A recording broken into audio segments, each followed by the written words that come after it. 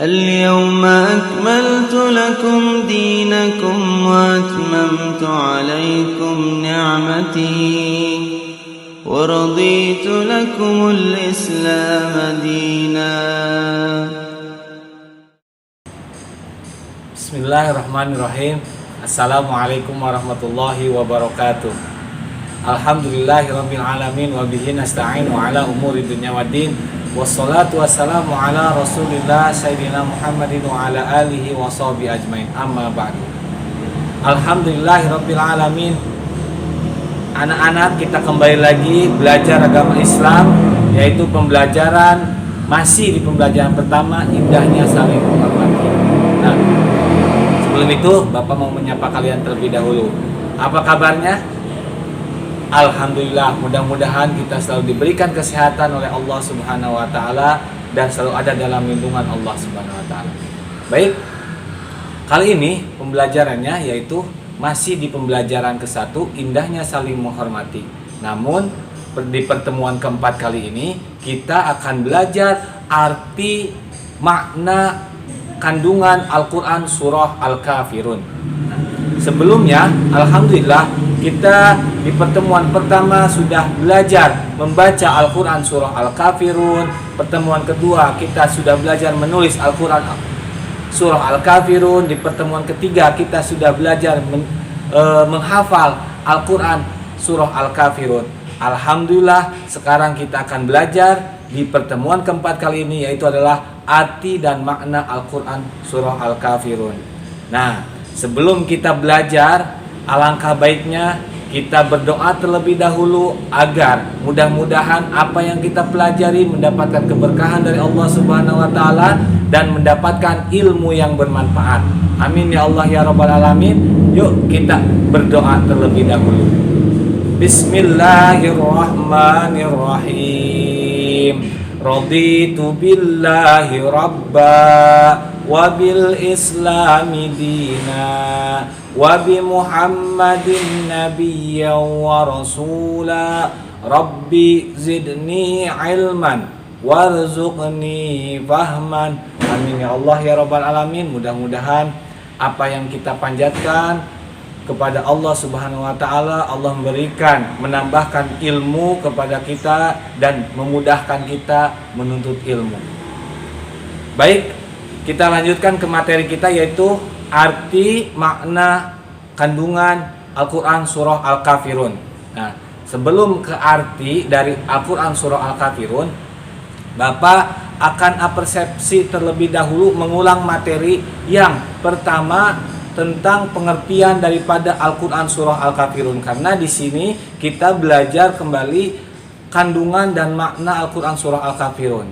Nah, surah Al-Kafirun itu artinya orang-orang kafir. Diingat, surah Al-Kafirun artinya orang-orang kafir. Diambil dari ayat yang pertama, ya. Surah Al-Kafirun itu diambil dari ayat yang pertama. Diingat anak-anak. Surah Al-Kafirun itu terdiri dari 6 ayat. Nah, terdiri dari berapa ayat? 6 ayat. Baik, surah Al-Kafirun yang merupakan surah ke-109 di dalam Al-Quran, di juz ke-30. Di dalam Al-Quran ada 30 juz. Nah, surah Al-Kafirun ini adalah urutannya ke-109. Ingat ya. Baik. Oke, kita lanjutkan. Surah Al-Kafirun ini diturunkan di Mekah atau termasuk surah Makkiyah karena diturunkan di Mekah. Nah, diturunkan di Mekah sebelum Nabi Muhammad SAW hijrah ke Madinah. Nah, sebelum Nabi Muhammad hijrah ke Madinah, surah Al-Kafirun ini diturunkan di Mekah dan termasuk dari surah Makkiyah. Nah, diingat. Baik, sebab turun daripada Al-Quran surah Al-Kafirun ini atau yang disebut dengan asbabun nuzul. Nah, perhatikan anak-anak, ini sebab turunnya Al-Quran surah Al-Kafirun. Ada 4 orang tokoh kafir Quraisy pada zaman dahulu, zaman baginda Nabi Muhammad SAW. Ada 4 tokoh orang kafir Quraisy, yaitu Al-Walid bin Mughirah, Al-As bin Wail, yang ketiga Al-Aswad bin Al-Muttalib, dan yang keempat Umayyah bin Khalaf. Nah, mereka datang menawarkan harta, kekayaan, menawarkan duniawi, semua yang ada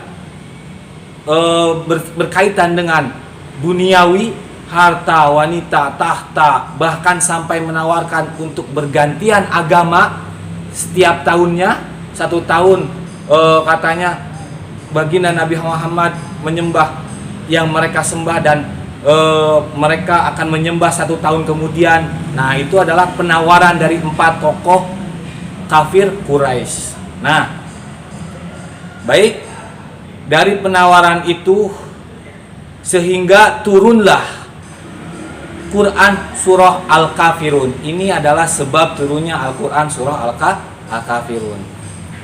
Turunlah surah Al-Kafirun sebagai jawaban bagi mereka. Nah, sebagai apa? Sebagai jawaban bagi 4 tokoh tersebut yang datang kepada baginda Nabi Muhammad SAW. Nah, hikmah mempelajari surah Al-Kafirun antara lain, yang pertama, berkeyakinan kuat terhadap agama Islam yang kita yakini. Yang kedua, hanya menyembah kepada Allah, Tuhan yang satu. Yang ketiga, murni tidak mencampurkan agama kita dengan agama yang lain. Namun, yang keempat, tidak mengganggu pemeluk agama lain atau toleransi. Ingat, di akhir ayat dari surah Al-Kafirun itu dijelaskan bahwasanya lakum dinukum waliyadin. Oleh karena itu, kita belajar pelajaran kali ini dinamakan indahnya saling menghormati, karena kita belajar bagaimana kita bisa menghargai, bagaimana kita bisa menghormati atau toleransi antar agama, khususnya di negara kita Indonesia. Dengan bingkai Garuda Pancasila Bhinneka Tunggal Ika, berbeda-beda tetap satu jua. Nah, kita di Indonesia ini khususnya itu banyak sekali perbedaan suku, budaya, agama, bahkan yang diakui agama di Indonesia seperti Islam, Kristen, Buddha, Hindu, nah terus Konghucu. Nah, semua yang ada di Indonesia itu diakui, dan kita belajar di sini, belajar menghormati dengan yang berkaitan dengan surah Al-Kafirun ini, yaitu toleransi antar umat beragama, tanpa tanpa mencampur adukan agama kita dengan agama orang lain, tapi kita bisa menghargai, bisa menghormati agama orang lain. Nah, dijelaskan di dalam ayat yang ke-6, yaitu adalah lakum dinukum waliyadin, untukmu agamamu dan untukku agamaku. Maknanya dalam kehidupan bermasyarakat dan bernegara kita wajib saling menghormati, saling menghargai perbedaan di antara kita, termasuk perbedaan agama yang tadi Bapak sebutkan, perbedaan suku, perbedaan jenis kelamin, bahkan perbedaan pendapat sekalipun. Dalam hal beragama kita tidak boleh menjelek-jelekan agama orang lain. Nah, disinilah terpatahkan daripada 4 tokoh tadi kafir Quraisy yang mengajak kepada baginda Nabi Muhammad SAW. Maka turunlah surah Al-Kafirun.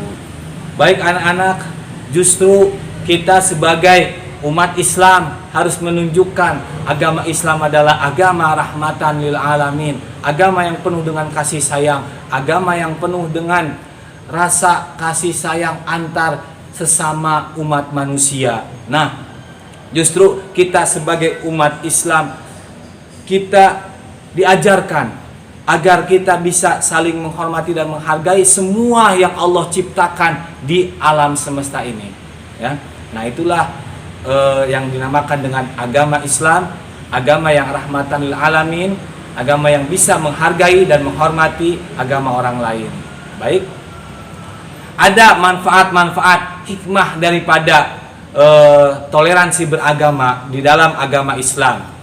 Manfaat toleransi dalam agama Islam, kita akan belajar ada beberapa manfaat toleransi di dalam agama Islam. Yang pertama, mempererat silaturahmi. Yang kedua, menghindari perpecahan. Menanamkan toleransi di dalam diri dapat membuat manusia menjadi semakin memaklumi perbedaan.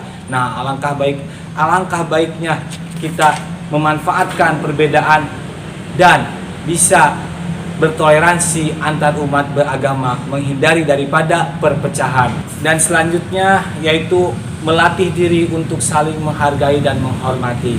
Ada juga manfaat yang lain, meningkatkan rasa persaudaraan, meningkatkan keimanan, karena di dalam ajaran agama apapun akan mengajarkan kebaikan kepada umatnya. Selanjutnya, perkembangan dapat terlaksana. Suatu masyarakat yang memahami benar-benar arti toleransi akan menciptakan suasana negara yang aman, tertib dan damai. Yang terakhir, mungkin manfaat daripada toleransi dalam agama Islam tidak membuat diri merasa paling benar. Toleransi akan membuat individu dapat berpikir lebih positif. Jadi kita jangan menjadi merasa orang yang paling benar sendiri.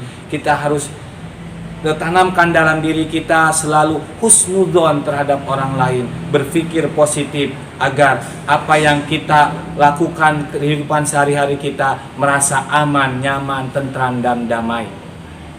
Nah, baik. Nah, itulah kita di dalam toleransi dalam agama Islam. Indahnya saling menghormati yang berkaitan dengan Al-Qur'an surah Al-Kafirun. Arti dari Al-Quran surah Al-Kafirun. A'udzu billahi minasy syaithanir rajim. Bismillahirrahmanirrahim. Qul ya ayyuhal kafirun. Katakanlah Muhammad, ya ayyuhal kafirun, wahai orang-orang kafir. La a'budu ma ta'budun. Aku tidak akan menyembah apa yang kalian sembah. Wala antum 'abiduna ma a'bud. Dan kalian tidak akan menjadi penyembah apa yang aku sembah. Wala ana 'abidum ma 'abadtum. Dan aku pun tidak akan menjadi penyembah apa yang kalian sembah. Wala antum 'abiduna ma a'bud. Dan kalian tidak akan menjadi penyembah apa yang aku sembah. Lakum dinukum waliyadin. Bagi kalian agama kalian, bagiku agamaku. Shadaqallahul azim. Baik, alhamdulillah kita sudah mempelajari arti, makna, kandungan isi Al-Quran surah Al-Kafirun. Mudah-mudahan kita menjadi manusia yang bertakwa kepada Allah Subhanahu wa Ta'ala, bisa menanamkan pada diri kita sebagai manusia umat Islam yang bisa menghargai orang lain, bisa menghormati orang lain, khususnya di dalam beragama. Mudah-mudahan kita menjadi anak-anak yang soleh dan solehah, menjadi kebanggaan orang tua, menjadi kebanggaan negaranya, bangsanya. Mudah-mudahan kita semua selalu mendapatkan keberkahan hidup dari Allah Subhanahu wa Ta'ala dan menjadikan kita sebagai manusia yang bermanfaat, khususnya bagi diri kita sendiri, umumnya bagi kita semua, bermanfaat bagi banyak orang. Amin ya Allah ya Rabbal Alamin. Cukup sekian dari Bapak.